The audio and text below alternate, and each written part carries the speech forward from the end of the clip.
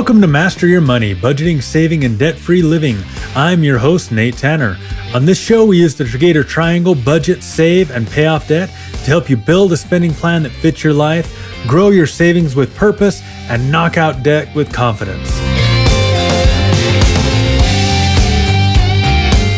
And today, we're diving into the wild world of emotional spending, the kind of spending that sneaks up on you when you're tired, stressed, or just one add to cart away from feeling better. If you've ever found yourself standing in the kitchen holding a package you don't remember ordering and wondering why your bank account looks like it's been on a roller coaster, you're in the right place. Let's be real. Emotional spending isn't just about buying stuff you don't need. It's about trying to fill a feeling, boredom, stress, celebration, or even just the urge to treat yourself after a long week. And you're not alone. According to a 2024 study by Capital One, 53% of Americans admit to making purchases they later regret due to stress, boredom, or emotional triggers. That's not a spending problem, it's a coping strategy in disguise. But here's the good news. You can spot these triggers, track them, and redirect the dollars with purpose, without guilt, shame, or a single no-spend challenge that makes you feel like you're grounded for being human. So, what's on the agenda? We'll walk through how to track and reflect on your spending triggers. Spoiler, it's not just about receipts, it's about recognizing your patterns. We'll talk about reassigning emotional spending to your peace of mind funds or fun funds, so your dollars actually support your joy, not just your impulses. And we'll build a pause plan, a simple, repeatable way to lead your money with intention, even when your emotions are running the show. And because this is Triggator, you know we're going to keep it real, keep it light, and keep it fun. Think of this episode as your financial, emotional support water bottle, always there when you need a reset. Remember in The Good Place when Eleanor realizes she's making decisions on autopilot only to end up somewhere she never intended? That's emotional spending in a nutshell. But unlike Eleanor, you don't need a cosmic reboot. You just need a spending trigger tracker. So whether you're listening on the commute, folding laundry, or eyeing that late night online sale, this episode is your invitation to pause, reflect, and lead your money with clarity and a little bit of laughter. Let's get into it. Why we spend, how to track and reflect on your emotional spending triggers. Let's start with a confession. Emotional spending is not a character flaw. It's a human feature. If you've ever found yourself clicking buy now after a rough day or treating yourself to a little retail therapy because you deserve it, congratulations. You're officially part of the club. We meet at Target, but nobody remembers how we got there. Why emotional spending happens. Emotional spending isn't about the stuff. It's about the state you're in when you spend. Maybe you're stressed, bored, celebrating, or just trying to fill a gap that has nothing to do with your closet or your kitchen gadgets. According to a 2024 study by the Financial Health Network, people who journaled their spending triggers for just 2 weeks reduced their impulse purchases by 23%. That's not magic, it's mindfulness. When you bring awareness to your spending, you bring power back to your plan. But here's the kicker. Emotional spending isn't always irrational. Sometimes it's a coping strategy, your brain's way of saying, hey, I need a little dopamine right now. The problem, that dopamine hit is usually followed by a side of regret and a dash of, why did I buy a banana slicer? The first step, track your triggers. Before you can change your spending, you have to see it. Not just the dollars, but the why behind the swipe. Here's how to start. First, notice the pattern. Keep a simple spending trigger tracker for a week. Every time you make a non-essential purchase, jot down what you bought, what you were feeling, whether it's bored, stressed, celebrating, etc. What was happening around you? Was it a late night after a tough meeting, or were you scrolling through social media? You don't need a fancy app. You just need a sticky note or your phone's note app that'll work just fine. The goal isn't to judge yourself, it's to get curious. Second, look for emotional hotspots. After a week, review your tracker. Are there patterns? Maybe you always order takeout on Friday nights when you're too tired to cook. Maybe your Amazon cart fills after a stressful work call. Or maybe you're a celebration spender. Every win comes with a new gadget. Third, ask the pause question. Before your next purchase, try this. Pause and ask, what am I really feeling right now? If the answer is anything other than, I need this for survival, you've just spotted a trigger. Remember in Spider-Man Into the Spider-Verse when Miles, overwhelmed by stress and confusion, finds himself eating fries and a hamburger with Peter Parker? Because sometimes when life gets chaotic, comfort food feels like the only thing you can control. That's emotional spending in action. It's relatable, it's funny, and it's oh so human. But as Miles learns, you can't solve big problems with small snacks or with impulse buys. Why tracking works. When you track your triggers, you turn invisible habits into visible patterns. You start to see how it's not about the latte or the late night online order. It's about what you're feeling and what you're trying to fix. And once you see it, you can start to lead it. If you're feeling a little called out right now, take a breath. This isn't about guilt. It's about progress. Emotional spending is normal. What matters is what you do next. So your first assignment, start your spending trigger tracker. For the next 7 days, jot down what you buy, how you feel, and what's happening around you. No judgment, just curiosity. Because the first step to leading your money is understanding why it wanders in the first place. Reassigning emotional spending, how to turn triggers into progress. So you've tracked your triggers and started to see the patterns. Maybe you realize that your treat yourself moments are less about celebration and more about escaping a tough day. Or maybe you've spotted that your impulse buys spike every time you scroll social media after 10 p.m. Don't worry, you're in good company. Late night shopping is practically a national pastime. But here's the million-dollar question. What do you do with this new awareness? The power of reassignment. Emotional spending isn't just about stopping yourself from buying things you don't need. It's about redirecting that energy and those dollars towards something that actually builds your peace of mind, your joy, and your future. Why reassignment works. When you reassign emotional spending, you're not just plugging leaks in your plan, you're building momentum.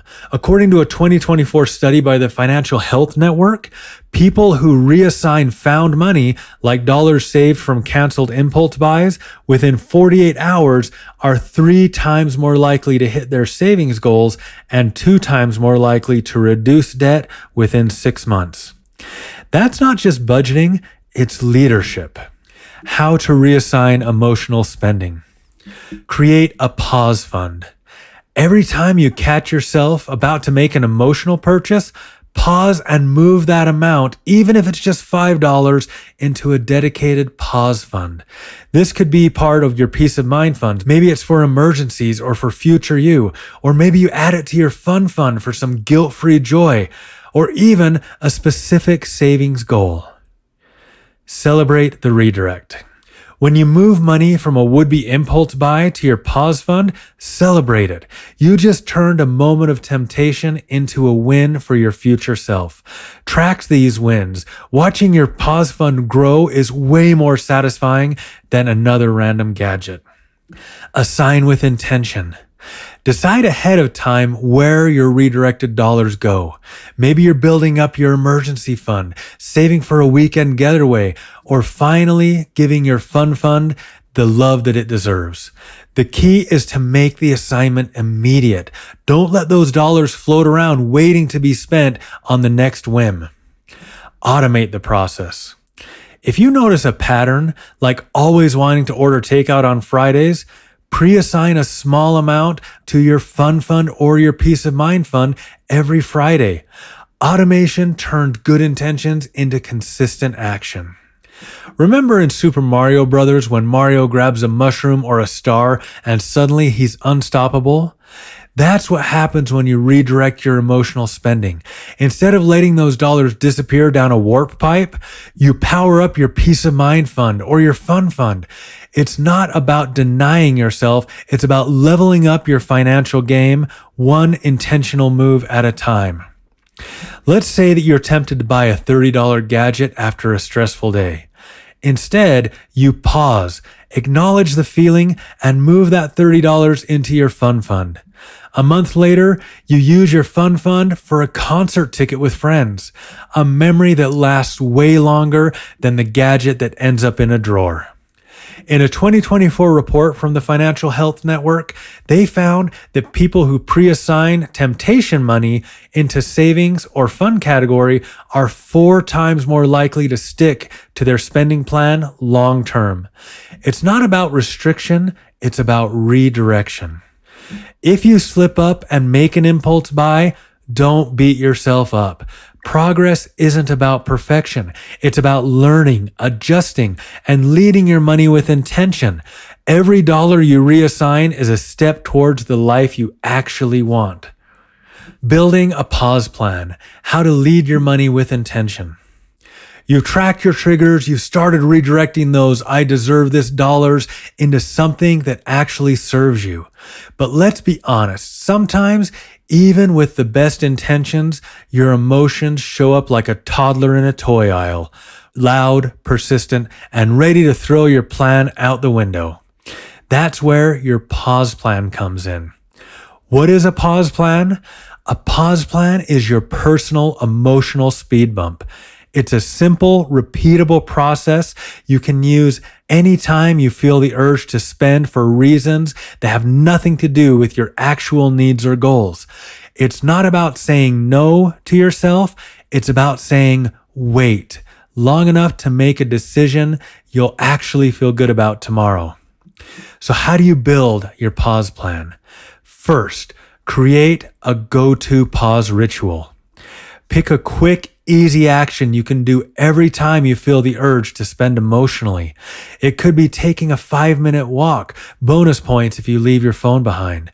Drink a glass of water, hydration, it's the original impulse control. Write down what you want to buy and why. Then wait 24 hours before making a decision. Second, set a wish list, not checkout rule. Instead of buying immediately, add the item to a wish list or screenshot it. Tell yourself you'll revisit it in 24 hours. Most of the time, the urge, it fades. And if it doesn't, you know it's something that you actually value. Third, have a money buddy. Find a friend, partner, or even a group chat where you can say, hey, I'm about to impulse buy. Talk me down and cheer me on. Sometimes just saying it out loud is good enough to break the spell. Fourth, assign a purpose before you purchase.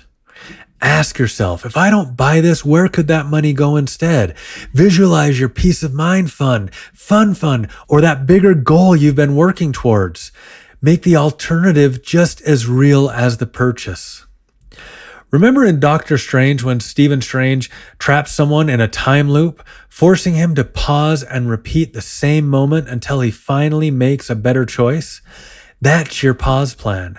You're not stuck. You're giving yourself the power to break the cycle and choose a different outcome. Bonus, no interdimensional villains are required. A 2023 study from the American Psychological Association found that people who implemented a 24-hour pause before non-essential purchases reduced their impulse spending by 32% over 3 months. That's not just a pause, it's a pattern shift. If you're thinking, but sometimes I just want to buy the thing, that's okay. The pause plan isn't about never spending on joy.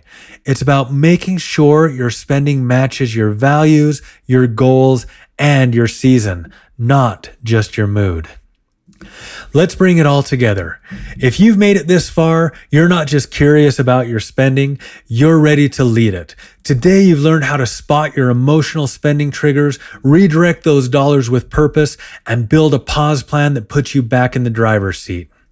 Here's the truth. Emotional spending isn't a sign of weakness. It's a sign you're human. But when you start tracking your triggers, celebrating your redirections, and pausing before you purchase, you're not just reacting to your emotions, you're leading them. Every pause, every intentional dollar, every not today impulse buy is a brick in the foundation of your financial future. Today's challenge: commit to your own spending trigger tracker. For the next 7 days, write down every non-essential purchase, what you were feeling, and what was happening around you. When you catch yourself about to spend emotionally, pause.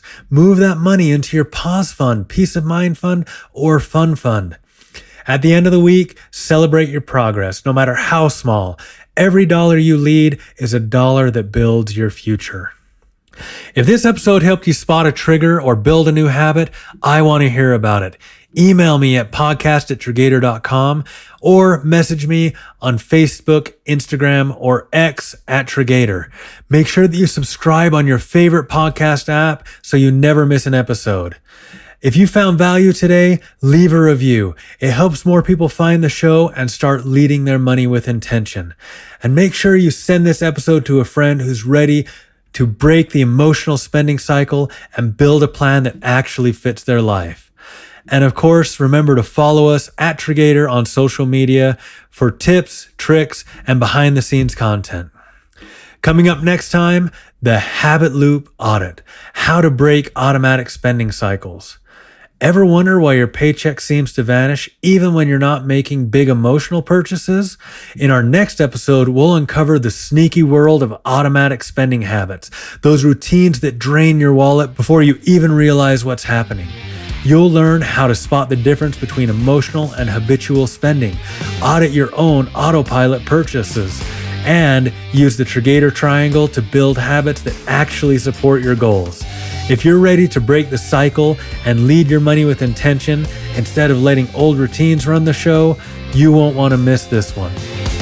Remember, your emotions might want the wheel, but you hold the keys. Every time you pause, every time you lead your money with intention, you're not just changing your spending, you're changing your story. So keep tracking, keep pausing, and keep building a plan that fits your real life. You've got this. Thanks for listening to Master Your Money, Budgeting, Saving, and Debt-Free Living. I'm your host, Nate Tanner. See you next time.